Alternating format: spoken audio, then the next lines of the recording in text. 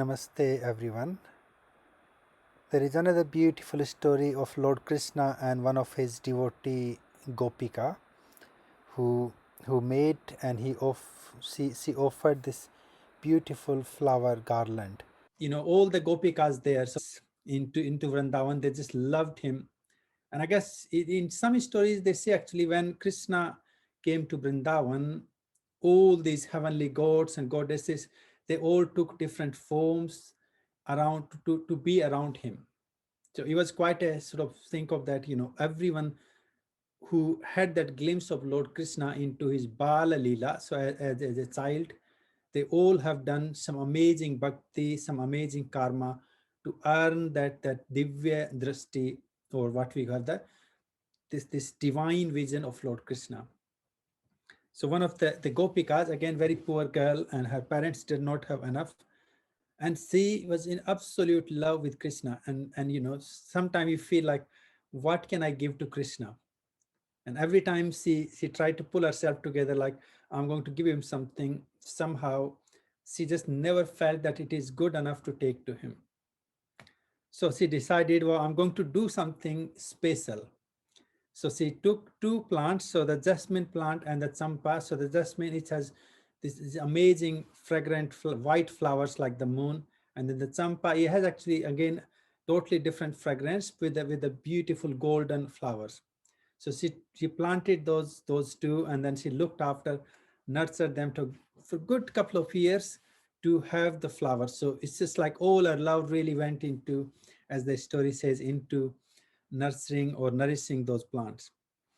And the day came when both the plants were blossomed into the flowers, and she handpicked each flower and she threaded them to make the garland. Now, she did make the garland and looked at it sort of like amazed. She was quite pleased with it, but still sort of walking to the home of Nanda, where his father, his parental home, Lord Krishna's parents. As she walked to the house, she started to feel, as we all feel, like, is it really worth to give it to Lord Krishna? This is the garland made of just the flowers, nothing special in it. So she felt a little bit shy and a little bit sort of not sure about it. So what she did then, instead of going in, she just hid behind a pillar or a tree outside his door. Now Krishna, sort of his stories say that every evening he used to love going out and walking around and playing around the banks of the river Yamuna. So he was very well dressed up and walking around as a young boy.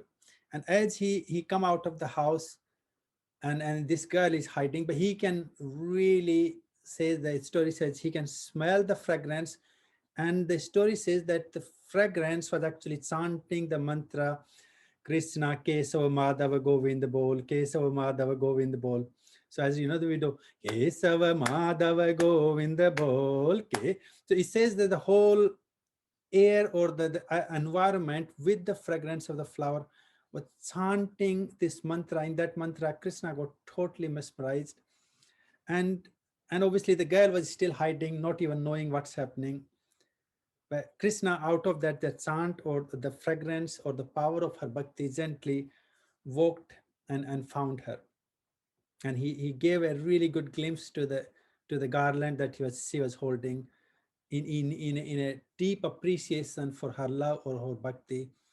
And he says that Krishna took that garland from her, and she said, I never had anything offered to me with so much pure love and devotion, and said, out of that love and symbol, I promise I would always have that garland around around my neck. And since then, they say that he always had that flower garland.